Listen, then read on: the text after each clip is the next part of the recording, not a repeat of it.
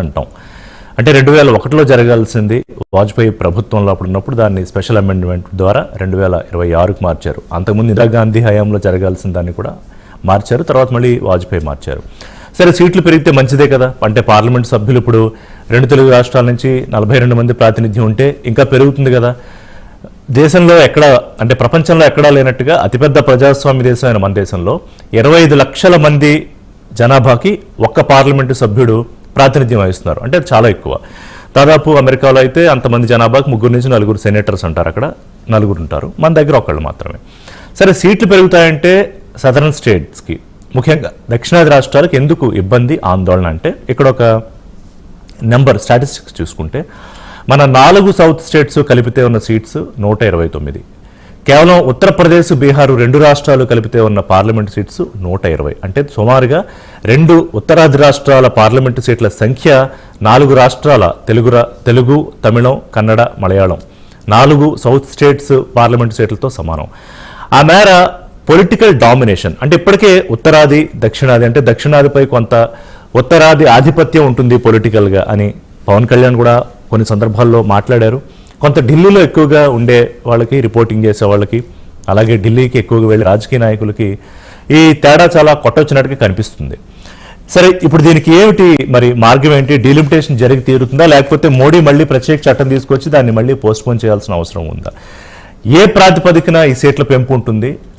ఎందుకు సదరన్ స్టేట్స్కి నష్టం జరుగుతోంది? తమిళనాడు ముఖ్యమంత్రి స్టాలిన్ తమిళనాడులో పార్టీలన్నింటినీ ఒక తాటి మీదకి తీసుకొచ్చారు.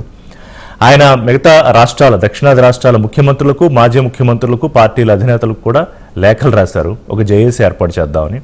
సో దీని అవుట్పుట్ ఏంటి, ఎలా చేస్తే బాగుంటుంది అనేది వాళ్ళు మాట్లాడే ప్రయత్నం చేద్దాం. మనతో పాటు తులసిరెడ్డి గారు, మాజీ రాజ్యసభ సభ్యులు, కాంగ్రెస్ పార్టీ సీనియర్ నాయకులు వారు జాయిన్ అవుతున్నారు.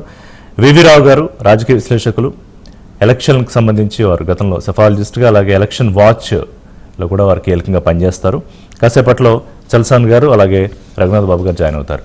రైట్, తులసిరెడ్డి గారు, నేను చెప్పినట్టుగా అంటే మనం ఆందోళన ఇవాళ కాంగ్రెస్ పార్టీ కానివ్వండి, మనోజ్ తివారీ కూడా 2 హర్యానాతో పాటుగా మరో స్టేటు అక్కడ కూడా తగ్గిపోతున్నాయి, దీని మీద ఏదో ఒకటి చెయ్యాలి అన్నారు. అంటే అందరికీ ఒక రకమైన బెంగ పట్టుకుంది ఈ డీలిమిటేషన్ వ్యవహారం మీద.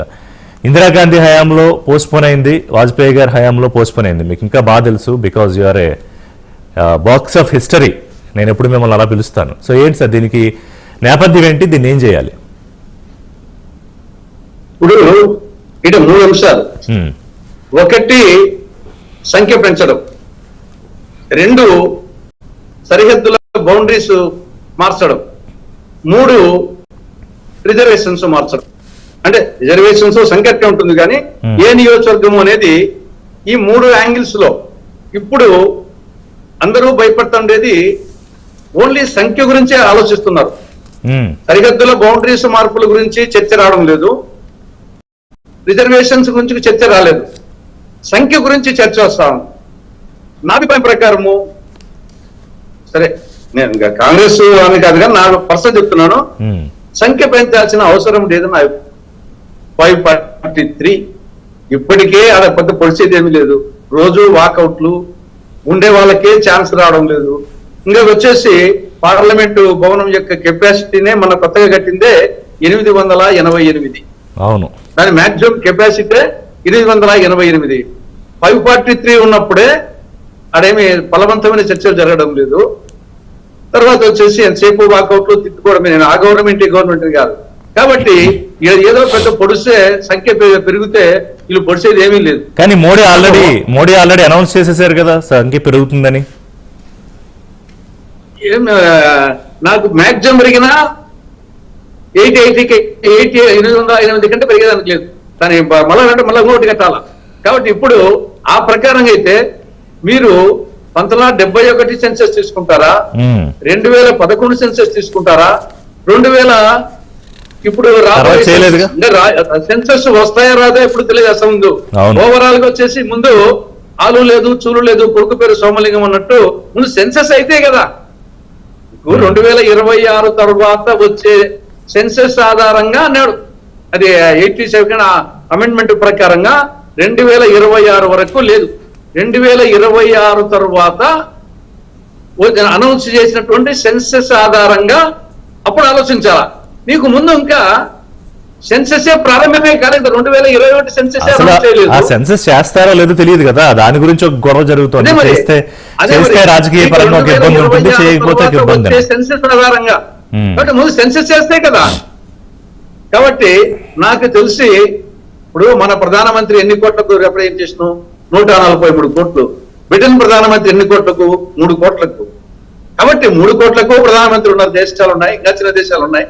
143 కోట్లు కొన్ని వచ్చేసి మనకు వచ్చేసి ఆవరేజ్ గా 14 లక్షల మందికి ఒక ఎంపీ అంటే 25 లక్షలు అనుకుంటా నేను ఇవాళ చదివిన దాని ప్రకారం, సబ్జెక్టు కరెక్షన్. అంటే మీరు అనేది ఏంటంటే ఇప్పుడు పార్లమెంట్ సీట్లు పెంచకపోయినా జరిగే నష్టం ఏం లేదనేది మీ అభిప్రాయం. ఏమి నష్టం అంటాను వచ్చేసి దీనికోసం మాట్లాడదాం. అదే మిగతా వాళ్ళతో కూడా మాట్లాడదాం. ఏమన్నా ఒకటే ఒపీనియన్ వస్తుందా? నాతో పాటు చలసాని శ్రీనివాస్ గారు, ప్రత్యేక హోదా అలాగే విభజన హక్కుల కమిటీ, ఆయన దానికోసం పోరాడుతున్న రాజకీయ విశ్లేషకులు రఘునాథ్ బాబు గారు, బీజేపీ సీనియర్ నాయకులు, టొబాకో బోర్డు చైర్మన్ గా కూడా పనిచేస్తున్నారు. నమస్కారం అండి. మీ దగ్గరకు వచ్చే ముందు గిరి గారు, సారీ వివి రావు గారు, మీరు ఎలా చూస్తున్నారు సార్ ఈ అంశాన్ని? అంటే పార్లమెంట్ సీట్లు పెరగకపోయినా వచ్చే నష్టం ఏముంది అనేది మా తులసిరెడ్డి గారు వ్యక్తం చేసిన అభిప్రాయం. అదొక చర్చ అయితే, ఇప్పుడు ఈ డీలిమిటేషన్ మనం ఎక్సర్సైజ్ ని జనాభా ప్రాతిపదికన చేస్తాం. మరి అవసరమైన సందర్భాల్లో జనాభాని నియంత్రించి ఒక డిసిప్లిన్ తో ఉన్న సౌత్ స్టేట్స్ కి ఇప్పుడు ఆ జనాభా ప్రాతిపదికన చేయడం వల్ల ఆ మేర సీట్లు తగ్గిపోవడం అంటే ఉన్నది తగ్గిపోతాయని కాదు, వాటా ప్రకారం చూసుకుంటే తగ్గిపోతాయి. మరి అది న్యాయం కాదు కదా రావు గారు? సార్ ఇప్పుడు కాన్స్టిట్యూషన్ ఆఫ్ ఇండియా ఏం చెప్తుందంటే 1 vote 1 value, అది బేసిస్ అన్నట్టు. బేసిస్ లో 1 vote 1 value, ఒక వాల్యూ.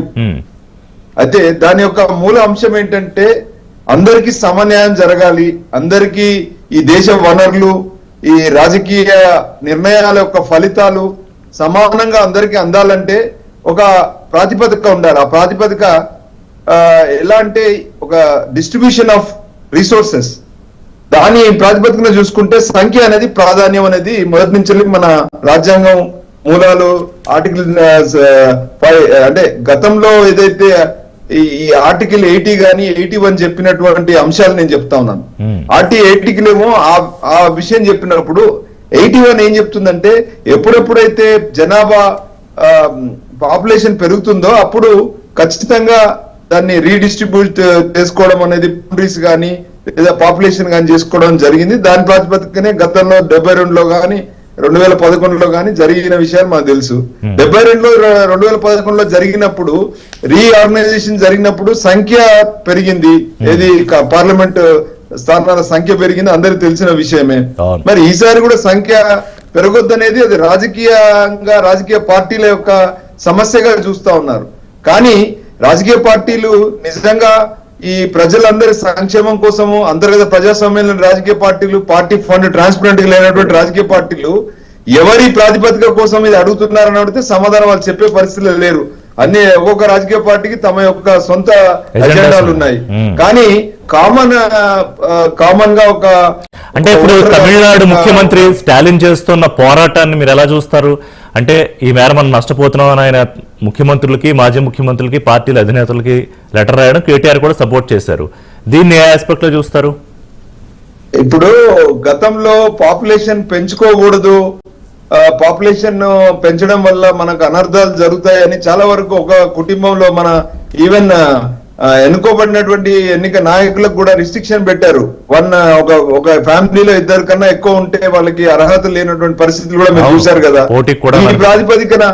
ఈ ప్రాతిపదికన ఈ రోజు సౌత్ స్టేట్స్ లో చాలా స్ట్రిక్ట్ గా ఫాలో అయినటువంటి పరిస్థితి మనకు కనబడతా ఉంది.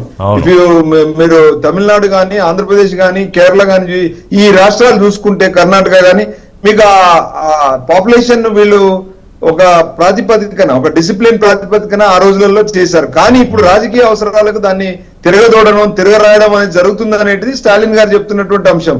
నార్త్ లో అలాంటి డిసిప్లిన్ ఫాలో కాలేదు, కానీ మీరు ఓటు బ్యాంక్ రాజకీయం కోసం దాన్ని దుర్వినియోగం చేయబోతున్నారు. కాబట్టి ఎవరైతే ఫాలో అయ్యారో వీళ్ళందరూ కూడా కూటమి కావాలి, దాని వల్ల జరిగే నష్టాల గురించి మాట్లాడుకోవాలి, మనకు పూర్తిగా మెజారిటీ ప్రాబ్లం వస్తుంది అనేది వాళ్ళు చెప్తున్నటువంటి అంశం. సో ఇక్కడ ఈ రెండు వైరుధ్యమైనటువంటి అంశాలు మనం చూస్తా ఉన్నాం. కామన్ ఇంట్రెస్ట్ ఏదైతే రాజ్యాంగం ఆ రోజు ఏ ప్రాతిపదికన అయితే ఇచ్చిందో ఆ ప్రాతిపదికన రాజకీయ పార్టీలు వాళ్ళ మూలాలు లేవు. అక్కడ జరిగినటువంటి అంశాలు గత కొన్నేళ్లలో వచ్చిన మార్పులలో ఒక వైరుధ్యం వచ్చింది. ఆ వైరుధ్యాన్ని ఇప్పుడు ఎలా సెటిల్ చేస్తారు? Okay. నార్త్ సౌత్ మధ్యలో జరిగింది అనేది ఇప్పుడు ప్రశ్నార్థకంగా మారింది. ఆ ప్రశ్న సమాధానం రాజకీయ పార్టీలు ఇస్తాయా? రాజ్యాంగ మూలాలు అది అడుగుదాం. అంటే కన్క్లూజన్ ఏమొస్తుంది? అలాగే ఈ డామినేషన్, నార్త్ తాలూకా డామినేషన్ ముఖ్యంగా బీజేపీకి లాభదాయకంగా ఉండేలాగా ఒక ప్రాతిపదిక అనేది కూడా కొంతమంది చేస్తున్న విమర్శ. అది మాట్లాడే కన్నా ముందు శ్రీనివాస్ గారు మీరు ఎట్లా చూస్తున్నారంటే ఇందిరాగాంధీ గారు 76 నుంచి 2001కి మారిస్తే దాన్ని 26కి వాజ్పేయి గారి ప్రభుత్వ హయాంలో ప్రత్యేక చట్టం ద్వారా మార్చారు. ఇప్పుడు మళ్ళీ ఇంకో చట్టం తీసుకురావాలి మోడీ గారు, దాన్ని ఇప్పుడు చేయాల్సిన అవసరం లేదని ఒక చర్చ. లేదు ప్రత్యేకంగా నార్త్ డామినేషన్, ఇందాకనే ఓపెనింగ్ రిమార్క్స్ చెప్పాను, 2 రాష్ట్రాల తాలూకా సీట్స్ మన దగ్గర 4 రాష్ట్రాల సీట్లతో సమానంగా ఉన్నాయి. మరి ఎట్లా న్యాయం జరిగేది? స్టాలిన్ గారు ఒక్కళ్ళే, ఆయనకు ఒక్కడికి పట్టిందా? మిగతా వాళ్ళందరూ సైలెంట్ గా ఉన్నారు, కారణం ఏంటి? అందరికీ వీక్షకులు మిగతా అందరికీ నమస్కారం. ఉన్న తోటి ప్యానలిస్టులందరికీ కూడా ముందుగా మిగతా అందరికంటే సిద్ధరామయ్య గారు కాంగ్రెస్ పార్టీకి వ్యతిరేకం అవుతుంది అనుకున్నా సరే ఆయన raising his voice. Pinarayi Vijayan గారు నేషనల్ పార్టీస్ వాళ్ళకి కొంచెం రిలేషన్స్ మిగతా చోట్ల పశ్చిమ బెంగాల్లో పోతున్నాయని ఉంటాయి, కానీ కొంచెం వీళ్ళకి న్యాయం జరగాలని మాట్లాడుతున్నారు. దేశంలో ప్రాంతీయ పార్టీల్లో ఒక ఆవశ్యకత వాళ్ళు తెలియవస్తా ఉంది. తమ హక్కుల కోసం, తమ ఆత్మగౌరవం కోసం ఢిల్లీ పాదుషాల దగ్గర, గుజరాతీ పెద్దల దగ్గర తాకట్టు పెట్టే అవకాశం లేకుండా నిజాయితీగా పోరాడే వాళ్ళ అవసరం వాళ్ళు ఉందనేది అర్థమవుతుంది. అది తెలంగాణ, ఆంధ్రప్రదేశ్. సరే, అది మీకు ముందాక coming back to the point. ఇవాళ మన ఆంధ్రప్రదేశ్ వీళ్ళందరూ అమిత్ షా గారు చాలా తెలివిగలనండి. బహుత్ చతురు ఆయన. గాంధీ గారిని బహుత్ చతురు బనియా, ఒక మన దేశ జాతీయ నాయకుని పెట్టుకుని ఒక కామెంట్ ఆయన చేసేసి బహుత్ చతురు అంటే ఒక చాలా దారుణంగా మాట్లాడారు. ఒకవేళ అది అలా మాట్లాడుతున్న తప్పే, కానీ అంతగా బహుత్ చతురిండి నేను. మేము తెలంగాణ, ఆంధ్రప్రదేశ్ కి సీట్లు పెరుగుతున్నాయి కదా, ఎంత తెలివి చూపించారని. నేను ఇవాళ ఆంధ్రప్రదేశ్ లో 29%, ఎస్ ఆంధ్రప్రదేశ్ తెలంగాణ 29% పెరుగుతుంటే మీరు 79% మిగతా చోట్ల మీరు అందే ఉమ్మడి మన రాష్ట్రాల్లో అన్ని కలిపి 167 స్థానాలు అవుతుంటే మీరు 2 రాష్ట్రాలు ఉన్నారు, ఉమ్మడి ఉత్తరప్రదేశ్ లో 150 స్థానాలు ఉమ్మడి. అవును, 7+143 అండి. ఇది ఎలాంటి పరిస్థితి దారితీస్తుందంటే రేపు పొద్దున్న మనం ఇప్పటికే లెక్కలేను 2 ఆర్థిక. ఒకటి మీరు చెప్పిన మెయిన్ ఫోకస్ అని వాళ్ళు దాని మీద 90% అదే మాట్లాడతాను, ఏదైతే డీలిమిటేషన్ మీద ఉందో. మిగతా దీనివల్ల 2000 ఆర్థికంగా కూడా కునారిల్లిపోయింది. ఆంధ్రప్రదేశ్, తెలంగాణ గత కొన్ని సంవత్సరాల్లో 27,000 కోట్ల రూపాయలు 2011 తీసుకోవడం వల్ల 27,000 కోట్ల రూపాయలు నిధులు 2 రాష్ట్రాలు తగ్గిపోయినాయి. మేజర్ తెలంగాణ తగ్గింది. నేను తెలుగు జాతి గురించి అందుకని ఈ 2 అంశాలు చాలా కేర్ఫుల్ గా చూడాలండి. ఒకటి, ఇవాళ డీలిమిటేషన్ లో ఇంకా తగ్గిపోవటం ఒకటి, తద్వారా ప్రభావం వల్ల రాష్ట్రాలు పునారిల్లిపోవటం ఒకటి. తెలంగాణ నుంచి తీసుకెళ్లిన డబ్బులు లెక్క ప్రకారం చెప్పాలంటే వింజా పర్వతాల కింద ఉన్న ఆర్య సనాతనవాదం వర్తించని మన రాష్ట్రాలు, ద్రావిడ రాష్ట్రాలు, మహారాష్ట్ర కూడా అన్యాయం జరుగుతుంది విషయంలో. కానీ ఇవాళ డీలిమిటేషన్ విషయంలో ఒక్కటి గుర్తుంచుకోండి, అందరూ గురించి చెప్తున్నాను. 1984 నుంచి 89 వరకు ప్రధాన ప్రతిపక్ష పార్టీ అనేది ఒక తెలుగుదేశం పార్టీ అనేది ఊమెరిటరీ. ఒక తెలుగు జాతికి రిప్రజెంట్ చేస్తున్న ఒక పార్టీలో ఒక ప్రాంతీయ పార్టీ ఉన్న ఒక రిప్రజెంటేషన్ తట్టుకోలేకపోయారు. ఎగైన్ ఐఎమ్ రిపీటింగ్ అండి, మీరు 1999లో మళ్ళీ 30 స్థానాలతో అక్కడ వాజ్పేయి గారి గవర్నమెంట్ రాక్ పిల్లర్ గా నిలబడిందంటే బికాజ్ ఆఫ్ ఆంధ్రప్రదేశ్, ఉమ్మడి ఆంధ్రప్రదేశ్. మేబీ తెలంగాణ అయిపోయింది కాబట్టి కలిసి ఉండాలనుకుంటాం. నా తెలుగు జాతి గొప్ప. అందుకని ఇది రెండోసారి. ఈ రెండోకు తట్టుకోలేకపోయారు. ఉత్తర అహంకారం పెళ్లిబుక్తో వచ్చేసింది. ఇవాళ మూడోది రాజశేఖర రెడ్డి గారు ఉండగా మళ్ళీ 30 స్థానాలు ఇచ్చామనేటప్పటికీ అసలు నాకు ఎలా జరిగిందండి. ఇవాళ కూడా నేను ఇప్పుడు కొండా విశ్వేశ్వరరెడ్డి గారిని అడిగినా, మిథున్ రెడ్డి గారిని అడిగినా, రామ్మోహన్ రెడ్డి గారిని అడిగిన, రామ్మోహన్ రెడ్డి గారు వెళ్ళిపోయారండి దాంట్లో గాలి మోటార్ సైకిల్ తీసుకుని. మిగతా ఎవరిని అడిగినా కూడా చాలా ఇబ్బందికరమైన పరిణామాలు ఉంటాయి. ఎందుకంటే ఇవాళ కేంద్రంలో విలువ లేదు, ఉన్న వాటికే విలువ లేదు. ఇందాక rightly pointed out by Tulasireddy గారు అండ్ వివి రావు గారు కూడా ఇద్దరు మాట్లాడిన దాంట్లో న్యూస్ వర్క్ తేడా ఉంది. కానీ మీ అందరూ ఒకటే భాషణ. ఇవాళ రేపొద్దున్న ఇంకా దారుణంగా తయారైపోతుంది దక్షిణాది పరిస్థితి. కానీ నిధులు తీసుకెళ్లి 100 రూపాయలు తీసుకెళ్లి 49, తెలంగాణకి అయితే 49, కర్ణాటక అయితే, మహారాష్ట్ర తక్కువ అనుకోండి. ఈ మొత్తం ఒక్క దాంట్లోనే కాదండి, అన్ని విషయాల్లో కూడా మొత్తం నష్టపోతారు, భావితరాలు నష్టపోతారు. అందుకని బాబాసాహెబ్ ఆ రోజు చెప్పాడు, 1950లో చెప్పాడు మహానుభావుడు చాలా స్పష్టంగా. ఈ దక్షిణాది రాష్ట్రాలు ప్రగతిశీలకమైనవి, ఉత్తరాది రాష్ట్రాలు ఆర్థోడాక్స్ టైప్ అని స్పష్టంగా రాసి పెట్టారు ఆయన. అంటే అందుకనే దేశానికి దక్షిణాదికి రెండో రాజధాని, దేశానికి రెండో రాజధానికి హైదరాబాద్ పెట్టాలండి మహానుభావులు. కానీ వాళ్ళు ఉత్తరాది బాబూస్, ఇప్పుడు మనం కాదు బాబూస్ అని, ఉత్తరాది ఎంత అహంకారం ఉందంటే ఢిల్లీ అణువుగా చెప్తున్నానండి. మిగతా కొంతమంది మీరు ఆయన చూడొచ్చు. దక్షిణాది వాళ్ళంటే ఉన్న చిన్న చూపు, యావగింపు భావనం, దానికి అనేక కారణాలు. వాళ్ళకి పాకిస్తాన్తో ఉన్న, నేను మళ్ళీ కూడా చెప్తాను, పాకిస్తాన్తో అక్కడ ఉన్న మిగతా వాళ్ళకి సంబంధాలు జన్యుపరంగా మిగతా పరంగా ఎక్కువ ఉంటాయి. ఎందుకంటే భాష కూడా పాకిస్తాన్ భాష కానీ ఈ కానీ ఇండో యూరోపియన్ లాంగ్వేజెస్. నా ద్రవిడ భాష కూడా, ద్రవిడులు కూడా ఈ దేశ మూలవాసులతో పాటు మేము కూడా ఒకడం. నేను అస్తిత్వం గురించి మాట్లాడుతున్నా, డీలిమిటేషన్ గురించి మాట్లాడుతున్నా, ప్లస్ ఆర్థికంగా వస్తాయి. ఇప్పుడు అన్నట్టు శ్రీనివాస్ గారు, ఆ డీలిమిటేషన్ లో ఉన్న సంఖ్య ఇంకా పెరిగిపోయి ఉత్తరాదిలో రఘునాథ్ బాబు గారు సదరన్ స్టేట్స్ తాలూకా ప్రాతినిధ్యం తగ్గిపోతే అస్తిత్వం అనే పాయింట్ శ్రీనివాస్ గారు ఎత్తింది కూడా నిజంగా డిబేటబుల్ పాయింట్ రఘునాథ్ బాబు గారు. అంటే పార్టీలకు అతీతంగా ఇప్పుడు స్టాలిన్ ఏమంటున్నారంటే బీజేపీకి సంబంధించిన నాయకులు కూడా ఈ మన సౌత్ స్టేట్స్లో వాళ్ళు కూడా మాట్లాడాలి అనేది ఆయన చేస్తున్న ఒక విజ్ఞప్తి, ఒక జేఏసీ ఏర్పాటు చేసి ఈ ఎంపీలందరూ కూడా దీని మీద ఖచ్చితంగా ఇప్పుడు కనుక రియాక్ట్ అవ్వకపోతే, గతంలో చంద్రబాబు నాయుడు గారు మాట్లాడారు కొద్దిగా, ఇప్పుడు మరి సైలెంట్ అయ్యారు. ఎందుకంటే మీరు మరి ఎన్డీఏలో భాగస్వాములుగా ఉండడం కారణమా? ఎందుకంటే జనాభా పెరగాలి, పిల్లల్ని ఎక్కువ మందిని కనండి అని చెప్పిన వాళ్ళలో ప్రధానంగా నాకు ఇద్దరు గుర్తు, చంద్రబాబు నాయుడు గారును స్టాలిన్ గారు. రఘునాథ్ బాబు గారు, ఇప్పుడు నమస్కారం. ఇప్పుడు ఒకటి డీలిమిటేషన్ 2009లో కూడా జరిగింది. దానిలో రాష్ట్రాలు రాహుల్ గారు 1977 last due respect to Raghunath Babu గారు 1952, 1963, 1977 ఎమర్జెన్సీ లోపే జరిగిందండి. 76లో చివరిగా డీలిమిటేషన్, 76 బిఫోర్ ఎమర్జెన్సీ. నియోజకవర్గాల పునర్విభజన జరిగింది. దాని ప్రకారం హైదరాబాద్ లో పార్లమెంట్ సీట్లు పెరిగినాయి, హైదరాబాద్ లో కూడా పెరిగినాయి, అసెంబ్లీలు తగ్గినాయి. కానీ with in the state parliament స్థానాలు పెరగలేదండి. రాష్ట్రానికి మాత్రం స్టాండర్డ్ గా ఉందండి. రాష్ట్ర ఇండియన్ కాన్స్టిట్యూషన్ అమెండ్మెంట్ ప్రకారం రాష్ట్రాల లోపల, కానీ రాష్ట్రానికి ఏ రాష్ట్రానికి పెరగలేదండి. ఉత్తరప్రదేశ్ 80+5, 85 అలాగే జస్ట్ మీకు నేను అడ్డొస్తారని దయచేసి అనుకోవద్దు.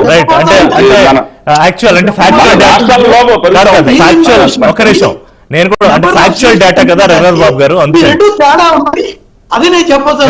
ఓకే కంటిన్యూ చేయండి. సో 2009లో జరిగిన డీలిమిటేషన్ దీనిలో రాష్ట్రాన్ని యూనిట్ గా తీసుకుని దానిలో సీట్లు అటు ఇటు మార్చారు, కానీ వేరే ఇబ్బంది జరగల.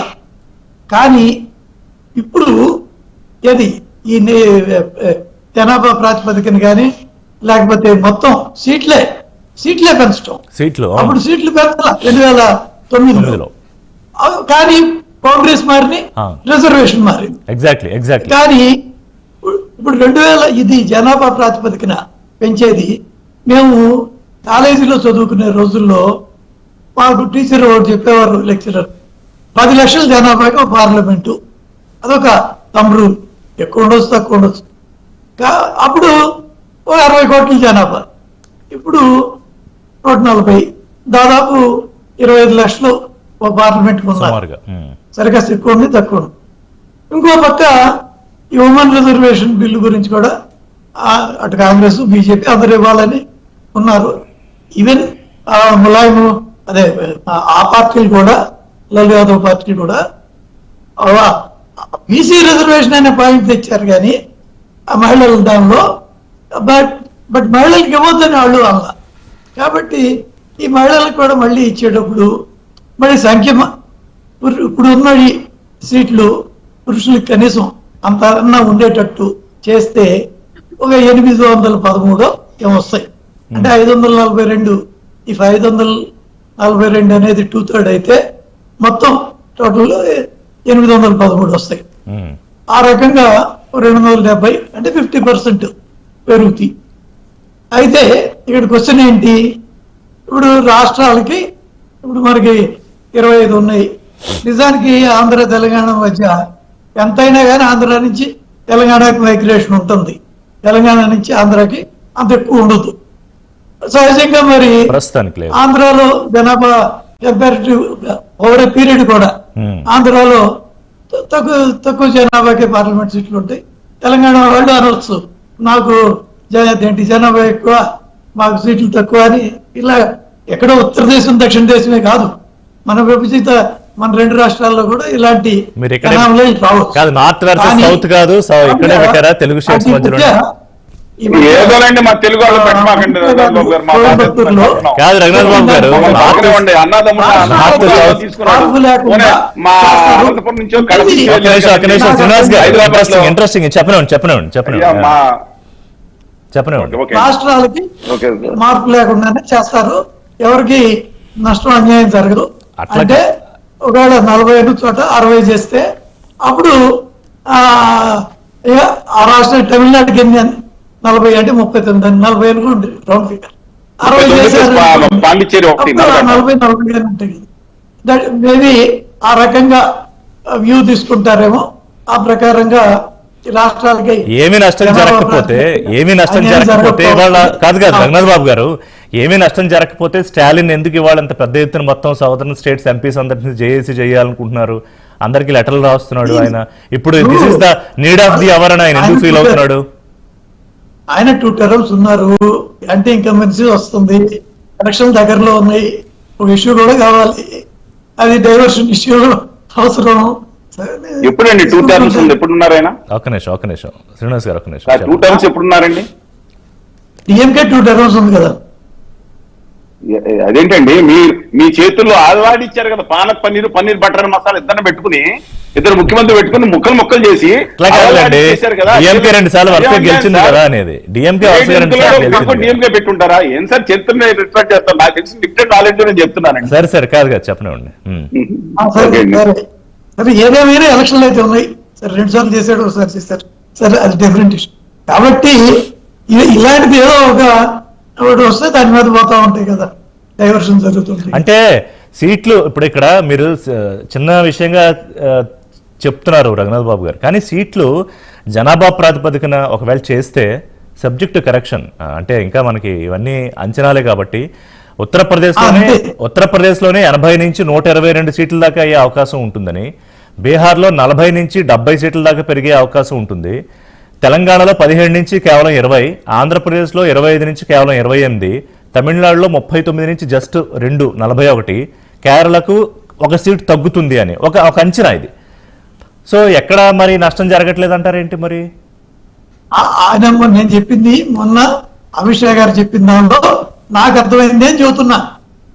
ఏది స్టేట్స్ కి సీట్లు మారవని అంటే ఇది ఒక రకమైన డీలిమిటేషన్ అవుతుంది. అయితే గొడవే లేదు అంటే స్టేట్ లో ఉన్న 2009లో జరిగినట్టు స్టేట్ లో ఉన్నటువంటి సంఖ్య అంటే మీరు అన్నట్టు అంటే ఫస్ట్ 42 ఉందండి ఆంధ్రాకి. 2009లో పునర్విభజన జరిగింది కానీ 42 గానే ఉన్నాయి కదా, నెంబర్ మారలేదు. అంటే ఇందాక తులసిరెడ్డి గారు ఓపెనింగ్ రిమార్క్స్ లో అన్నారు బౌండరీస్ రిజర్వేషన్స్ నెంబర్ 3 లెక్కలు చెప్పారు తులసిరెడ్డి గారు. సరే నెంబర్ పెరిగితే ఉపయోగం ఏంటి నష్టం ఏంటి అనేది ఒక చర్చ అనుకోండి. మన నాయకులు ప్రబుద్ధులు ఏం చేయాలంటే సారీ ఆ వర్డ్ వాడినందుకు డ్యూ రెస్పెక్ట్, అంటే మనకి రావాల్సినవన్నీ తీసుకురాకపోతే ఒకసారి కోపం వస్తుంది వాళ్ళ మీద. సమైక్యాంధ్ర టైంలో ఎంత ఉద్యమం జరిగిందో మీరు మాజీ సభ్యులుగా పనిచేస్తున్నారు పార్లమెంట్లోను. ఆ నెంబర్ పెరగడం వల్ల నిజంగా చిత్తశుద్ధి ఉంటే ఏం చేయాలో సాధించుకురావచ్చు. ఇప్పుడు రఘునాథ్ బాబు గారు చెప్పిన దాంట్లో నెంబర్ పెరగదు, డీలిమిటేషను, మిగతావన్నీ మీరు అన్నట్టు రిజర్వేషన్స్ బౌండరీలు మారుతాయనేది. కానీ ఐ డోంట్ థింక్ సో ఇక్కడ 3 మార్కు సంఖ్య వచ్చేసి 1 543 అంటే నామినేటెడ్ సభ్యులు 2 కాక 543 యాజ్ ఇట్ ఈజ్ ఉంటుందా? తర్వాత బౌండరీ మీరు చెప్పినట్టు మనకి 25 ఉంటాయి.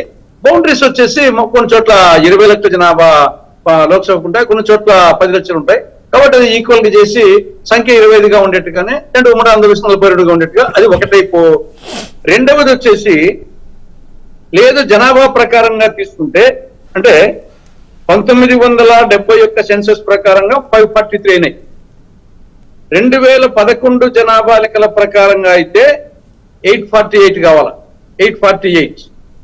మన లోక్సభ యొక్క పరిమితి వచ్చేసి 888 పుల్ చేస్తే, లేదు 2026 జనాభా లెక్కలు ప్రొజెక్షన్ తీసుకుంటే 1400 కావాలి, 1400.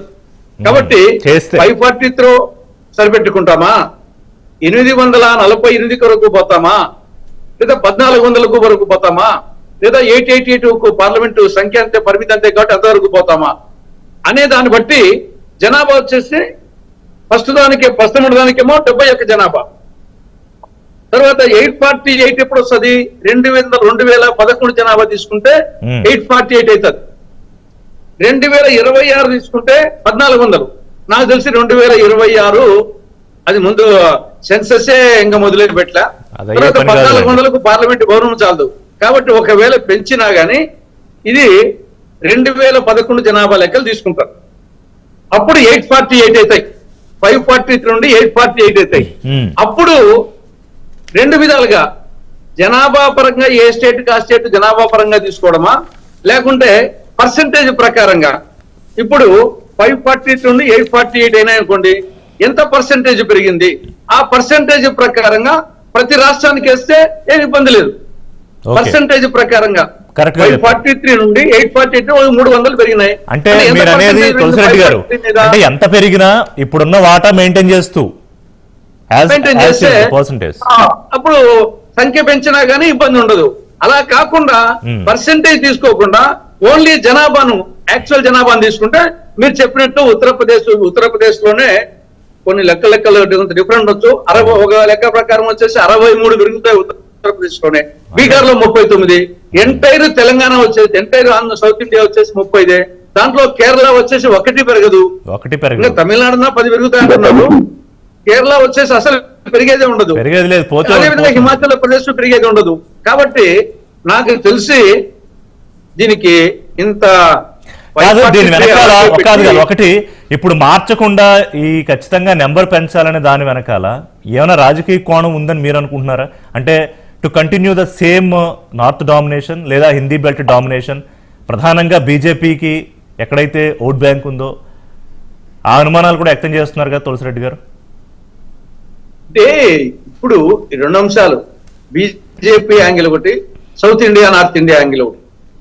ఎల్లకాలం వచ్చేసి నార్త్ ఇండియాలో బీజేపీ ఉంటుంది అనుకోవడానికి లేదు. కాబట్టి నార్త్ ఇండియా కాన్సెప్ట్ ఒకటి, సౌత్ ఇండియా కాన్సెప్ట్ ఉన్నప్పుడు నా అభిప్రాయం వచ్చేసి భారతదేశము 6 ఇండియాలుగా ఉంది. North India, south India, west India, east India, central India, north eastern India. కాబట్టి మనం జనరల్ గా సౌత్ నార్త్ అని చెప్తాం, కానీ నా అభిప్రాయం ప్రకారంగా 6 విభాగాలు ఉన్నాయి. మనము కేవలం నార్త్ ఇండియా, సౌత్ ఇండియా చాలా బాగా చెప్పారు. ఇప్పుడు సెంట్రల్ ఇండియా, మహారాష్ట్ర, గుజరాత్, రాజస్థాన్ ఎన్ని ఉంటాయి. అవును. కాబట్టి అదొకటి. బీజేపీ వచ్చేసి ఒకప్పుడు ఉత్తరప్రదేశ్ లో వచ్చేసి సమాజ్వాదీ పార్టీ లేదా, బీఎస్పీ లేదా, అంతకుముందు కాంగ్రెస్ లేదా, ఎలకలం బీజేపీ ఉంటుందా? కాబట్టి ఇది ఓవరాల్ గా దేశ సమైక్యతకు, సమగ్రతకు సంబంధించిన అంశంగా ఇది చివరిగా ఆ స్థాయికి తీసుకుపోతుంది. ఇప్పుడు పర్సెంటేజ్ ప్రకారంగా తీసుకుంటే ఏమి ఇబ్బంది లేదు. లేదు వచ్చేసి యాజ్ ఇట్ ఈస్ గా 543 ఉన్ని, అట్టే ఉన్ని, బౌండరీస్ రిజర్వేషన్స్ మార్చుకుంటే ఏ రాష్ట్రానికి రాష్ట్రము అసెంబ్లీ సంఖ్య మార్చుకునే ఇబ్బంది లేదు. పార్లమెంటు లోక్సభ సభ్యుల సంఖ్య కాడ మాత్రము చాలా దూరదృష్టితో ఆలోచించకుండా ఏదో వచ్చేసి ఆలోచిస్తే మాత్రము దేశ సమైక్యత, సమగ్రతకు మనం ముందుగానే, మన దేశం వచ్చేసి బ్రిటిష్ వాళ్ళు రాకముందు అంగవంగ చొప్పునది 64 దేశాలుగా ఉన్న ప్రాంతం ఇది ఎప్పుడు. కాబట్టి ఆ పరిస్థితి మళ్ళా చాలా ప్రమాదం పరిస్థితి దారితీస్తుంది. అంటే అంటే మొత్తం విభజన రాజకీయాల్లాగా మొదలవుతుంది. ఎందుకంటే ఇవాళ అవసరమైనప్పుడు కుటుంబ నియంత్రణ పక్కగా అమలు చేశాం, మేము దేశాభివృద్ధిలో కృషి చేశాము అని చెప్తున్నారు. ఆ కృషిని గుర్తించకపోతే ప్రజాస్వామ్య స్ఫూర్తి దెబ్బతింటుంది అనేది ప్రధానంగా వినిపిస్తోన్న ఒక డిసెంట్. రావు గారు, ఇప్పుడు ప్రధానంగా భక్తులందరూ కూడా చెప్పిన దాంట్లో పాపులేషన్ మీద చెప్పారు. నార్త్ లో ప్రధానంగా ఇంకొక చర్చ ఏమొస్తుందంటే, అక్కడ ఈ ఎప్పుడైతే ఈ డిలిమిటేషన్ రాగానే అక్కడ బీమారు స్టేట్స్ అంటారు. బీమారు అంటే బీహార్, మధ్యప్రదేశ్, రాజస్థాన్, ఉత్తరప్రదేశ్, ఇవి ఫర్టైల్ ల్యాండ్స్ ఉన్నటువంటి ప్రాంతం అండి. ఈ ఫర్టైల్ ల్యాండ్స్ ఉన్న ప్రాంతంలో వాళ్ళు అక్కడ సెటిల్ అయినటువంటి వ్యక్తులు, అక్కడ ఉన్న జనాభా సంఖ్య, వారి యొక్క లైఫ్ స్టైల్ అదంతా కూడా పరిగణలోకి తీసుకొని సౌత్ లో ఉన్నటువంటి ఇక్కడ ఉన్న కాస్ట్లు కానీ ఇక్కడ ఉన్నటువంటి ఎస్సీ ఎస్టీ వర్గాలు కానీ వీటికి కూడా ఒక ప్రాతిపదికన తీసుకుంటే వైరుధ్యం ఉంది. ఆ వైరుధ్యాన్ని పరిగణలోకి తీసుకోకుండా ఓన్లీ సంఖ్యాపరంగా తీసుకుంటే ఎలా అనేది కూడా ఇంకొక చర్చ జరుగుతుంది. ఆ చర్చలో ప్రధానంగా ఇవన్నీ అంటే జనరల్ గా ఇలాంటి జరిగే ముందు ఏం చేస్తారంటే ఒక రివిజన్ అనేది జరుగుతుంది సార్. ఎలా అంటే ఇప్పుడు డీలిమిటేషన్ కమిషన్ అన్న ఒకటి ఎస్టాబ్లిష్ చేస్తారు. ఆ డీలిమిటేషన్ కమిషన్ ద్వారా వ్యక్తులని కొద్ది మందిని కమిటీలో పెడతారు. ఆ కమిటీలో they will invite all the consensus of different people. దాంట్లో ఈ ప్రాతిపదికలు తీసుకుంటారు. ఏదో సౌత్ నార్త్ లేదా ఇక్కడ జరుగుతున్నటువంటి నెంబర్ ఆఫ్ కాన్స్టిట్యున్సీస్ ఒక ప్రాతిపదికన, తర్వాత ఫర్టైల్ ల్యాండ్స్, పాపులేషన్ సెటిల్మెంట్స్, తర్వాత cost basis, per capital income, ఇన్ని రకాలుగా తీసుకొని చేయాల్సి ఉంటుంది. మరి అది తీసుకున్న తర్వాత దాన్ని యొక్క రిజల్ట్స్ కూడా పబ్లిష్ చేయాల్సి ఉంటుంది. ఆ పబ్లిక్ గెజిట్ పబ్లికేషన్. ఇప్పటికైతే ఆ ప్రయత్నం మొదలవలేదుగా, ఇప్పటికి ఆ ప్రయత్నం ఏమి ఇనిషియేషన్ అసలు ఏమి డిస్కషన్ లేదుగా. లేదు, అది ప్రొసీజర్ అండి, అది కాన్స్టిట్యూషనల్ ప్రొసీజర్. దురదృష్టవశాత్తు ఏంటంటే అది ఇప్పటి వరకు ఏ పార్టీ కూడా ధైర్యం చేసి చేయడానికి, ఎందుకంటే ఇప్పుడు రాజకీయ పార్టీల మనుగడనే మీరు అన్నారు దేశ సమైక్యత ఇవన్నీ ఇబ్బంది జరుగుతాయి. అసలు రాజకీయ పార్టీల మనుగడనే ఇవన్నీ కాదు కదా వాళ్ళ ప్రాతిపదికన. డివైడ్ అండ్ రూల్ బ్రిటిష్ వాళ్ళు ఇచ్చినటువంటి ఒక గొప్ప వరాన్ని వాళ్ళు ఉనికి పుచ్చుకొని నడుపుకుంటున్నారు. కాబట్టి మనమేమో బ్రాడ్ గా ప్రజాస్వామ్య విలువలు మాట్లాడతాం, వాళ్ళు ప్రజాస్వామ్య విలువలకు విరుద్ధంగా జరుగుతున్నటువంటి ఇప్పుడు ఎందుకు ఈ చర్చ వస్తుంది? పార్లమెంట్ లో 888 సీట్లకి ఎందుకు పరిమితమైంది, 1400కి ఎందుకు పరిమితం కాలేదు అంటే ఒక సంకేతం ఇచ్చారా బీజేపీ వాళ్ళు? అంటే సమాధానం ఇప్పుడు చెప్పడానికి రెడీగా కాంగ్రెస్ వాళ్ళు రెడీగా ఉండరు, బీజేపీ వాళ్ళు కూడా మాట్లాడరు. ఎందుకంటే వాళ్ళ బ్యాక్ సైడ్ ఎజెండాలు వాళ్ళకు ఉంటాయి. సో డెఫినెట్ గా దెర్ ఈజ్ ఒక జనాభా ప్రాతిపదిక రాగానే ఇమ్మీడియట్ గా వాళ్ళ పార్టీల అధికారంలో ఉండేటువంటి లాభ కోసం మాత్రం కంపల్సరీగా ఒక ప్రయత్నం జరుగుతుంది. జరగదు అనేటువంటిది లేదు. ఆ జరిగే ప్రయత్నంలో ఇవన్నీ డిస్కషన్స్ వస్తాయి. ఎంతవరకు వాస్తవికంగా ఒక బ్యాలెన్స్డ్ స్టేట్ ఆఫ్ ప్రజలకు జరగాల్సిన న్యాయం జరుగుతుంది అనేది మాత్రం పార్టీలకే ఎక్కువ ప్రాధాన్యత ఉంటుంది. ప్రజల యొక్క అవసరాల ప్రాతిపదికన తక్కువ ఉంటది అనేది మాత్రము మనలాంటి వాళ్ళందరూ కూడా ఒక న్యూట్రల్ గా ఉన్న వాళ్ళు చెప్పేటువంటి అంశం. శ్రీనివాస్ గారు ఇప్పుడు మంచి పాయింట్ చెప్పారు రావు గారు. అంటే కేవలం నెంబర్స్ మాత్రమే కాదు, ప్రజల ఈ మిగతా స్థితిగతులు, జీవన విధానాలు ఇవన్నీ కూడా పరిగణలోకి తీసుకోవాలి. ఇప్పుడు నా దగ్గర ఒక స్టాటిస్టిక్స్ మీకు కూడా తెలుసు. ఇప్పుడు జనాభాలో సౌత్ ఇండియా 18% జనాభా ప్రకారం చూసుకుంటే అంచనా, బట్ దేశ జీడిపిలో కంట్రిబ్యూషన్ వచ్చి 35%, సుమారుగా 35%. వేరే పొలిటికల్ రిప్రజెంటేషన్ తక్కువ ఉంది. మరి అక్కడ ఆల్రెడీ అన్యాయం జరుగుతుంది ఆ పొలిటికల్ రిప్రజెంటేషన్ విషయంలో. సో ఇప్పుడు ఏమి పరిగణలోకి తీసుకోవాలి? నేను ఇందాక అడిగిన దానికి మీరు చెప్పలేదు. ఎందుకు ఇప్పుడు స్టాలిన్ ఒక్కళ్ళకే పట్టింది? దానికేమో రఘునాథ్ బాబు గారు ఏమో ఇంకా ఎలక్షన్స్ వస్తున్నాయి కదా అన్నారు. కానీ I don't think so that's a right reason. Maybe that could be A reason also. కానీ ఇప్పుడు చంద్రబాబు నాయుడు గారు అంటే ఇక్కడ నేను కావాలని హిందీ భాషని కావాలని తీసుకొస్తున్నాను, ఎందుకంటే రెండింటిని మిళితం చేసి మాట్లాడుతున్నారు. ఇప్పుడు కమల్ హాసన్ ఏమన్నారంటే ఇండియాని హిందీయాగా మార్చే ప్రయత్నం చేస్తున్నారని. హిందీ నేర్చుకుంటే తప్పేంటని చంద్రబాబు నాయుడు గారు అన్నారు. మరి హిందీ ఇక్కడ నేర్చుకుంటారు తెలుగు స్టేట్స్లో, మరి మూడో భాషగా నార్త్ స్టేట్స్లో ఏం నేర్చుకుంటారు వాళ్ళు? తెలుగు నేర్చుకుంటారా, లేకపోతే తమిళం నేర్చుకుంటారా, లేకపోతే కన్నడం నేర్చుకుంటారా, మలయాళం నేర్చుకుంటారా? సో ఈ చర్చ ఇక్కడ మొదలై ఎక్కడికో వెళ్ళిపోతుంది. సో అందరికీ న్యాయం జరగాలంటే ఏ ప్రాతిపదిక is the best possible way to go ahead Chalasani గారు? అందరినీ కాన్ఫిడెన్స్ లో తీసుకోవాల్సిన అవసరం ఉంది. ఇందాక మీరు మాట్లాడారు హిందీ గురించి, ఆ మాటలు మీరు మాట్లాడితే మీకు చైనా వాడేదనో మీకు గడ్డ ఉంది కాబట్టి మీ నాన్నగారు తాతగారు ముస్లిం అని కూడా మొదలైతే దౌర్భాగ్యం రోజులు పోయింది. అన్ఫార్చునేట్. నేను ఎవరిని ఏ పార్టీని పాయింట్ అవుట్ చేయట్లేదు. పీపుల్ అలాగా కులగజ్జి, నేను మళ్ళా చెప్తాను, కులగజ్జితో ఇవాళ ఆంధ్రప్రదేశ్ లో రాజకీయ నాయకులు రెచ్చగొట్టేస్తే ప్రజల్లో వాళ్ళు తెలంగాణ కూడా మొదలుపెట్టారు.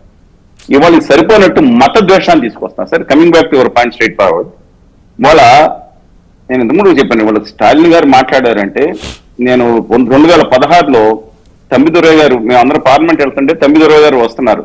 సరే నేను నమస్కారం పెట్టి, సరే you have to oppose GST and want to madam your praising for madam very good, లోపల తీసుకెళ్ళిపోయాడు ఆయన డిప్యూటీ స్పీకర్ గారు.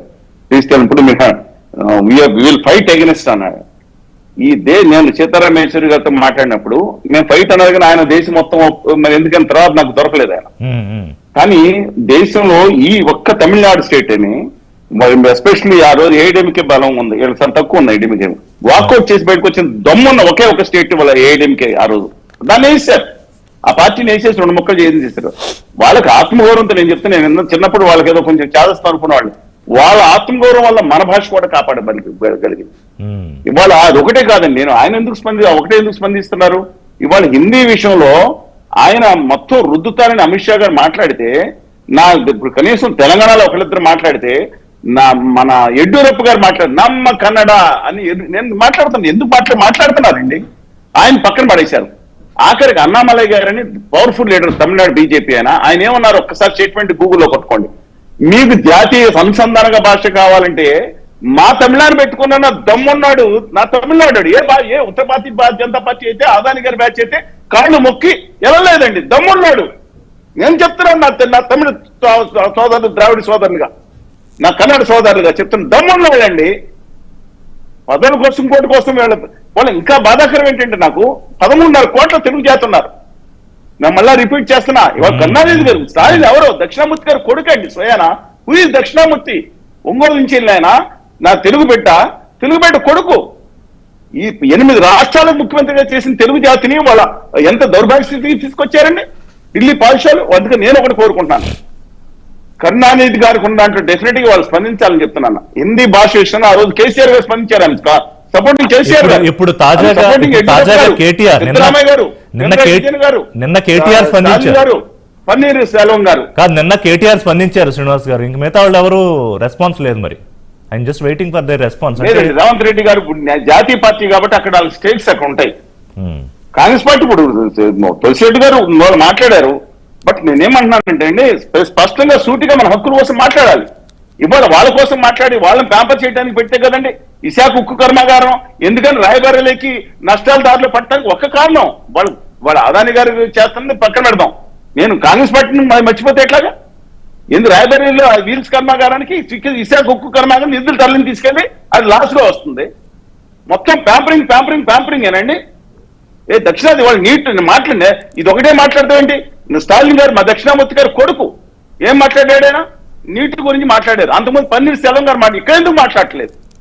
అదే అడిగాను. చాలా ప్రమాదకరమైన అంశాలు మీరు ఇందాక రావు గారు చెప్పిన మొట్టమొదటి చెప్పాను 3 అంశాలు. ఒకటి డీలిమిటేషన్, తద్వారా దీని వల్ల జరగబోయే ఆర్థిక నష్టం, దీని ద్వారా జరగబోయే సాంస్కృతిక నష్టం. ఒక భాష నశిస్తే జాతి అస్తిత్వం తులసిరెడ్డి గారు ఢిల్లీలో ఉన్నారు, హరికృష్ణ గారు మాట్లాడి తెలుగులో పెట్టమని తెలుగులో రేపేశారు. 13 దేశంలో 13.5 అతిపెద్ద భాష ఉండదు, 4వ స్థానంలోకి వచ్చినా కనీసం అనుమతులు పెట్టుకునే దౌర్భాగ్య స్థితిలో ఉందండి ఆ దేశ parliament. And I think eighth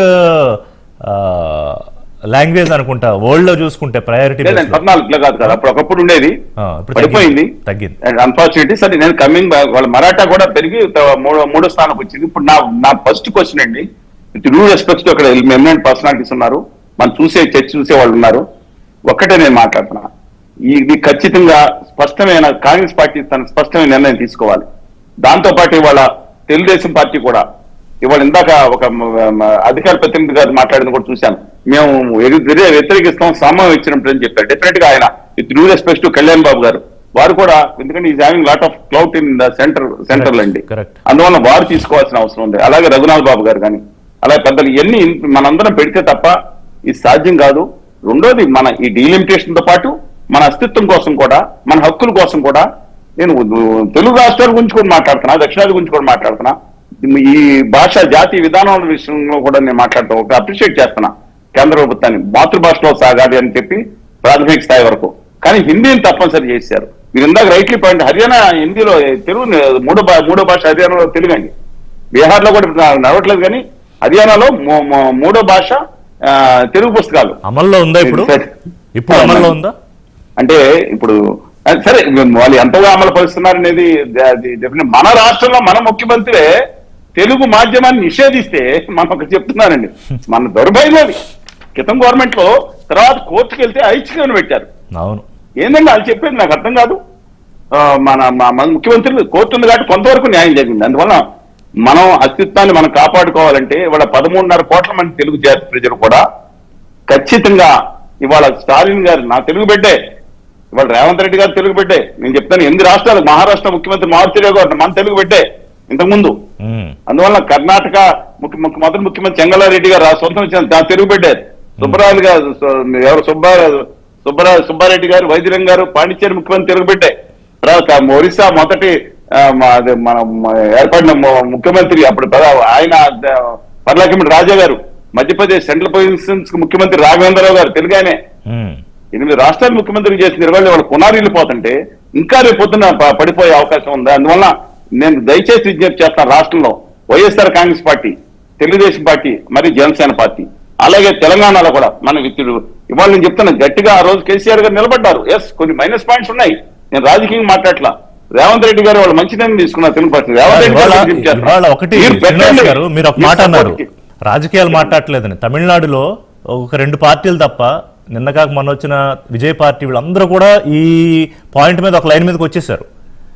Kamal Haasan గారు కూడా విజయ్ ఆత్మగౌరవం కోసం నిలబడుతున్నారండి. రఘునాథ్ బాబు గారు ఇక్కడ పదవుల కోసం నేను చెప్తున్నా, అక్క జాతి ఆత్మగౌరవం కోసం నిలబడుతున్నారు. ద్రవిడ జాతిలో భాగంగా తమిళ జాతి ఆత్మగౌరవం కోసం నిలబడుతున్నారు, తమ హక్కుల కోసం నిలబడుతున్నారు, పార్టీలకు అతీతంగా నిలబడుతున్నారు. రఘునాథ్ బాబు గారు ఇప్పుడు మీ మీద ఉన్న ఒక అపవాదం, అంటే మీ మీద అంటే పార్టీ మీద ఉన్న ఒక అపవాదం ఏంటంటే, సరే అది వాంటెడ్ గా జరుగుతుందా, లేకపోతే పార్టీ తాలూకా రూట్స్, సిద్ధాంతాలు, లేకపోతే ఐడియాలజీ, రెలవెన్స్, ఇవన్నీ డెఫినెట్గా హిందీ బెల్ట్ రాష్ట్రాల్లో మీకు ఓట్లు, సీట్లు సంఖ్యాపరంగా ఇవన్నీ ఉన్నాయి. కానీ ఇప్పుడు మనోజ్ తివారీ కేవలం సౌత్ స్టేట్సే కాదు, హర్యానా, పంజాబ్ ఇక్కడ కూడా తగ్గిపోయే అవకాశం ఉంది. దీని మీద కేవలం సెంట్రల్ ఇండియా మాత్రమే లాభపడుతుంది, ఆ స్టేట్స్ మాత్రమే అని. సో అంటే ఇది చిన్నగా మొదలయ్యి అన్ని స్టేట్స్ నుంచి ఒక రియాక్షన్స్ అయితే స్లోగా స్టార్ట్ అవుతాయి. So how are you going to address it అండి? ఇప్పుడు ప్రధాన అధికార పక్షం, ప్రధాన ప్రతిపక్షం, సెన్స్ కాన్షియస్నెస్ మిగిలిన పార్టీలతో కూడా కొన్ని చర్చలు జరిపి ఇలాంటి కీలకమైనటువంటి నిర్ణయాల్లో 100% అదేంటి పార్లమెంటు ఇక్కడ అసెంబ్లీ లాగా కొట్టుకునే పద్ధతి ఉండదు కదా. మాట్లాడుకుంటారు, దానికి ఏమన్నా ఇష్యూస్ ఉంటే సార్ట్అవుట్ చేసుకుంటారు, అదేంటి సజెషన్స్ ఉంటే వెల్కమ్ చేస్తారు, జరుగుతుంది. ఇప్పుడు ఇందాక మీరు పాపులేషన్ బేసిస్ లో సీట్లలో వెస్ట్ బెంగాల్ కి బీజేపీకి ఎగనెస్ట్ ఉన్న స్టేట్ లో అక్కడ బాగానే పెరుగుతాయి. అక్కడ పాపులేషన్ నాకు తెలిసి బాగానే పెరిగింది. అంటే ఒక యూపీ బీహారే కాదు, బెంగాల్ కూడా పెరుగుతుంది. ఉదాహరణ కోసం చెప్తున్నా. అట్లాగే అదే ఎవరైతే జనాభా నియంత్రణ సరిగ్గా చేయలేకపోయారో ఆ స్టేట్స్ లో పెరుగుతాయి అనేది. ఇప్పుడు ఒకటి ఏది బీజేపీ అనుకూల రాష్ట్రాల్లో మాత్రమే సీట్లు పెరుగుతాయి, వ్యతిరేక రాష్ట్రాల్లో పెరగవు అనేది కాదు అనేదానికి బెంగాల్ కూడా ఉదాహరణ చెప్తున్నా. రాష్ట్రం కాదు, ఎప్పుడూ లేదు అక్కడ అధికారం ఉంది, కానీ అక్కడ సీట్లు పెరుగుతాయి చెప్తున్నా ఉదాహరణ. సరే అంటే ఎగ్జాక్ట్ కంపేర్ చేయలేం. ఇకపోతే ఈ ఆదాయం ప్రాతిపదిక అసలు రాంగు. ఎందుకంటే హైదరాబాద్ సిటీలో per capital income, Adilabad district లో పర్ క్యాపిటల్ ఇన్కమ్ చాలా తేడా ఉంటాయి. అవి మనం ఇక్కడే ఖర్చు పెట్టాలి, అక్కడే ఖర్చు పెట్టాలి, ఇవన్నీ సాధ్యమయ్యాయి. అంటే కాదు రామబాబు గారు మొత్తం కొట్టుబడేస్తారా? అంటే 18% పాపులేషన్ చాలా దూరం వెళ్ళిపోతాం. ప్రపోర్షనేట్ టు 35%, వేరే పొలిటికల్ రిప్రజెంటేషన్ ఇన్కమ్ లేకపోతే ఓల్డ్ సిటీలో పర్ క్యాపిటల్ ఇన్కమే మళ్ళీ తేడాలు వస్తాయి ఓ సిటీలోని. ఇవన్నీ రఘునాథ్ బాబు గారు ఇందాక కూడా నేను అబ్జర్వ్ చేశాను, మీరు తెలివిగా ఒక ప్రయత్నం ఏం చేస్తున్నారంటే శ్రీనివాస్ గారు చెప్పింది. ఇప్పుడు ఆంధ్ర ఎస్ కీలకంగా ఉంది. ఏది కేంద్రంలో 2004 నుంచి 2014 మధ్య కాంగ్రెస్ కేంద్రంలో అధికారంలో ఉన్నప్పుడు highest number of Lok Sabha seats Andhra నుంచే వచ్చినాయి.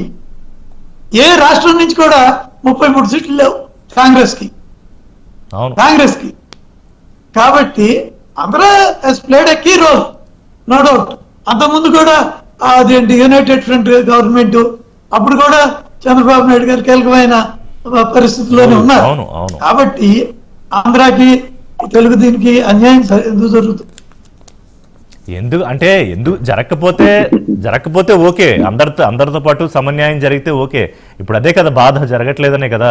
ఇప్పుడు తెలుగు రాష్ట్రాలకు రావాల్సిన పెద్ద పెద్ద ప్రాజెక్టులు కూడా మా విభజన హామీల వల్ల ప్రత్యేక తరలించి హోదా మీద వెళ్ళిపోతున్నారు. నమ్మక ద్రోహం చేసిన తర్వాత నైవంచం చేసిన తర్వాత తెలంగాణకి బయ్యారు ఉక్కు ఫ్యాక్టరీ, కాజీపేట కోట్ ఫ్యాక్టరీ, అలాగే మీరు ఐఐటి ఐఆర్ లో ₹1 ఇవ్వకుండా, ఒక నేషనల్ బడ్జెట్ ఇవ్వకుండా తెలంగాణకు పుట్టుమించి బడ్జెట్ మీద పుట్టించి ఒక్క మాట ఏమన్యాయం చెప్తారు సార్ మీరు? నాకు తెలంగాణకి ₹1 కోటి రైల్వేలో బడ్జెట్ లో పెట్టి కూడా ఒక భారతీయ జనతా పార్టీ అన్నారంటే ₹1 కోటి పెంచారు ఆ తెలంగాణకి. మీ గుజరాత్ కి 8,673 కోట్లు పెంచుకున్నారా? నేను చెప్పిన తప్పేది చెప్పండి, మీకు క్షమాపణ చెప్తాను.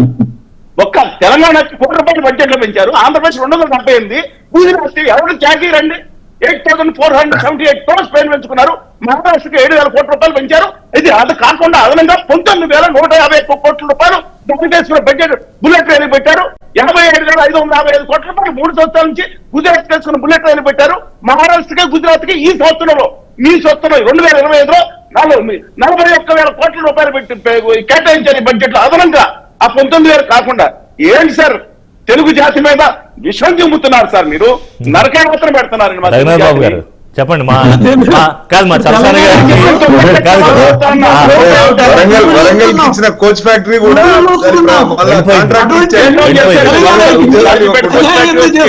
కాదు కదా, ఒక్క నిమిషం, ఆయన సమాధానం చెప్తున్నారు. ఒక్క నిమిషం, రఘునాథ్ బాబు గారు సమాధానం చెప్తున్నారు. కానీ మతం పేరు చెప్పి రఘునాథ్ బాబు గారు రెస్పాండ్ అవుతున్నారు. అక్కడ ఉన్న ఆదాని గారి పార్టీ వారు రఘునాథ్ బాబు గారు రెస్పాండ్ అవుతున్నారు. అదేనండి, ఇప్పుడు తెలుగు రాష్ట్రాలకి బీజేపీ ఎందుకు అన్యాయం చేస్తుంది? తెలుగు రాష్ట్రాల్లో కూడా BJP is becoming the strong force. Telangana దానికి ఉదాహరణ 35% వచ్చింది పార్లమెంట్ లో. కాబట్టి తెలంగాణకి అన్యాయం చేసేసారు. ఎవరికి అన్యాయం నేను అనకూడదు, ఎందుకంటే జాతి ఆత్మగౌరవం ఉన్న ప్రజలు కాబట్టి. కానీ ఏం చేస్తామండి, ఇవాళ ఆదాని గారు గద్వాల్ రాజా సోమభూపాల్ గారు ప్రాజెక్ట్ జీవికే ఇంటర్నేషనల్ ఎయిర్పోర్ట్ వేసేసారండి. కృష్ణపట్నం పోర్ట్ అని తెలుగు పెట్టు కాదా, గంగవరం పోర్ట్ అని తెలుగు పెట్టు కాదా, ల్యాంకో అని తెలుగు పెట్టు కాదా, గెంది మల్లికార్జున గారు పవర్ పాయింట్ తెలుగు పెట్టు కదా, పెన్నా ప్రతాప్ రెడ్డి తెలుగు పెట్టు కదా, అందరినీ వేసేసింది ఆదాని గారి పార్టీ కదా. ఒక్కడండి కత్తిపెట్టి మగదట్లాగా ఆయన ఫీల్ అవుతున్నాడు. ఇక్కడ తిరిగిపడిపోయింది అందరూ. రైట్, ఆత్మగౌరవం చలసాని గారు మాట్లాడినాడు. I can understand. వారు చెప్పింది ఏంటి, ఏమంటారు? అట్లా కాదు, మీరు మొత్తం అన్ని తీసుకెళ్లి అదాన్ని కట్టబెడుతున్నారు అనేది ఒకటి.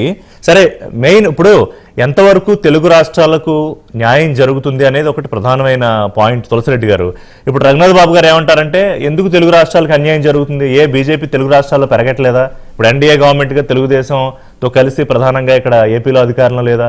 తెలంగాణలో 30% లోక్సభ పెరిగాం, తాజాగా ఎమ్మెల్సీ సీట్లతో నెక్స్ట్ అధికారం మేమే వచ్చేస్తున్నాం అంటున్నారు బీజేపీ. సో మేమెందుకు అన్యాయం చేస్తాం తెలుగు రాష్ట్రాలకని? అంటే రాజకీయంగా ప్రాబల్యం పెరుగుతోంది కాబట్టి బీజేపీకి మేము ఎందుకు అన్యాయం చేస్తాం తెలుగు రాష్ట్రాలకు అనే ఆస్పెక్ట్ లో చూడాలా తులసిరెడ్డి గారు బీజేపీ వాదన్ని? మిమ్మల్ని ఇక్కడ 3 అంశాలు. ఒకటి వచ్చేసి అన్యాయం అనేది, రెండవది పరిష్కార మార్గం ఏమి, మూడవది ఏ బేసిస్ ఏ విధంగా వచ్చేసి డిస్క్రిమినేషన్ ఉంది. మనము ఇక్కడ 3 మార్గాలు. ఒకటేమి యాజ్ ఇట్ ఈజ్ గా 543 కంటిన్యూ చేయడము, మిగతా సరిహద్దులు మార్చుకోవడము, రిజర్వేషన్స్ మార్చుకోవడం అనేది ఒక యాంగిల్. లేదు పెంచాలనుకుంటే ఎన్ని పెంచుతారు, అది 848 848 అదేవిధంగా ఒక 600 ఆ పెంచినప్పుడు 543 కంటే ఎన్ని పెంచారు, ఎంత పర్సెంటేజ్ పెంచారు, ఆ పర్సెంటేజ్ ప్రకారంగా ఆల్రెడీ ఉన్నటువంటి రాష్ట్రాలకు వచ్చేసి ఆ పర్సెంటేజ్ ప్రకారంగా పెంచితే అప్పుడు సమస్య లేదు. అలా కాకుండా కేవలము పెరిగిన జనాభాను పెట్టుకుంటే మాత్రము డెఫినెట్ గా వచ్చేసి ఇది ప్రమాదకరమైన పరిస్థితి దారితీస్తుంది. అది మార్గాలు.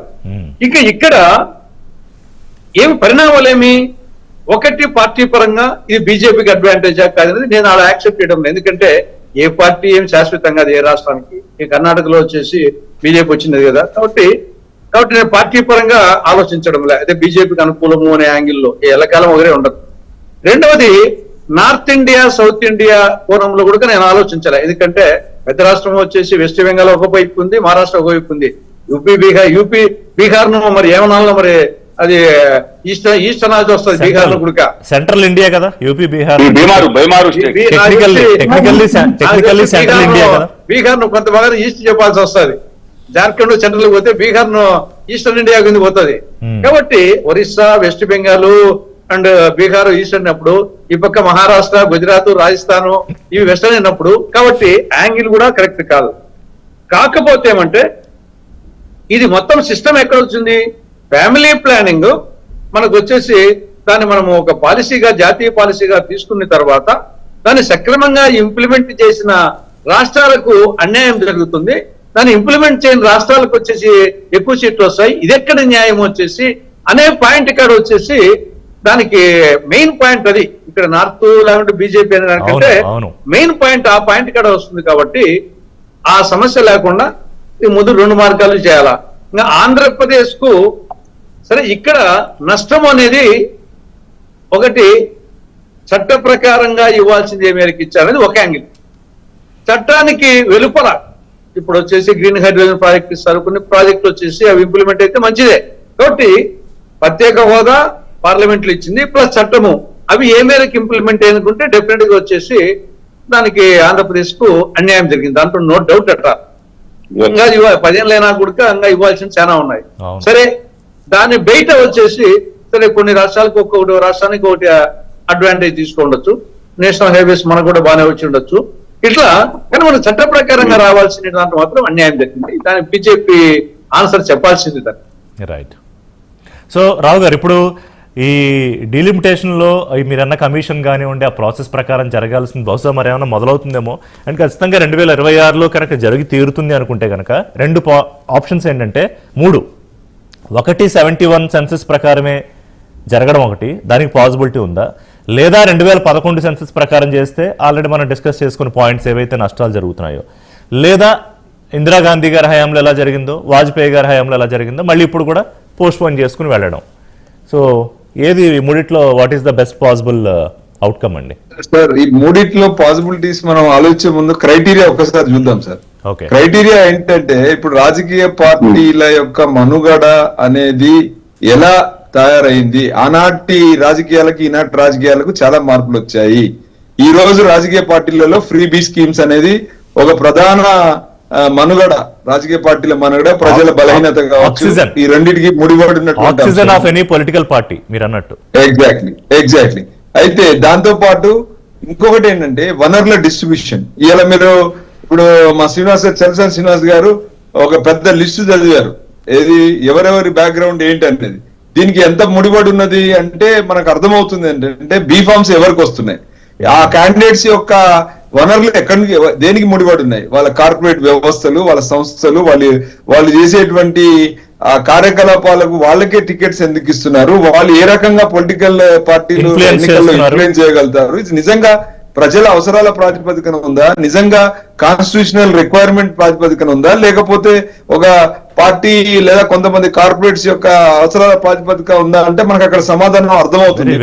Directly proportionate to the distribution of the funds from the center related to the ఇక్కడ ప్రజల ఆకట్టుకునే విషయంలో వాళ్ళు స్పెండ్ చేసే మనీ అనేది మనకు క్లియర్ గా అర్థమవుతుంది. సో ఇంత కనెక్షన్ ఉన్నటువంటి పరిస్థితిలో ఎందుకు ఇన్ఫ్లుయెన్స్ గారు రాజకీయ పార్టీలు అధికారంలో ఉన్న పార్టీ ఎందుకు ఇన్ఫ్లుయెన్స్ చేయదు? పార్లమెంట్ లో ఇప్పుడు మీరు అన్నట్టు 888 సీట్లు పెడుతున్నప్పుడు డెఫినెట్ గా పెంచుకునే ప్రయత్నం జరుగుతుంది. జరిగినప్పుడు ఎంత బ్యాలెన్స్ పాటిస్తారు? ఈ 544 ఉంటదా, 543 ఉంటదా, లేకపోతే ఆ పెరిగే కాన్స్టిట్యున్సీలు సౌత్ కి ఏ ప్రాతిపదికన పెంచుతారు, నార్త్ కి ఏ ప్రాతిపదికన పెంచుతారు? ఒకవేళ నార్త్ లో పెరిగితే వాళ్ళకి ఏ రకంగా లాభం అవుతుంది అనేది అది ఆబ్వియస్లీ. ఇప్పుడు నాకు ఒకటి చెప్పండి, ఇప్పుడు సౌత్ లో ఉన్నటువంటి ఇప్పుడు స్టాలిన్ గారు అరుస్తున్నటువంటి అరుపులకి బీజేపీ సపోర్ట్ చేస్తుందా, లేదా కాంగ్రెస్ పార్టీ అరిసే అరుపులకు బీజేపీ సపోర్ట్ చేస్తుందా?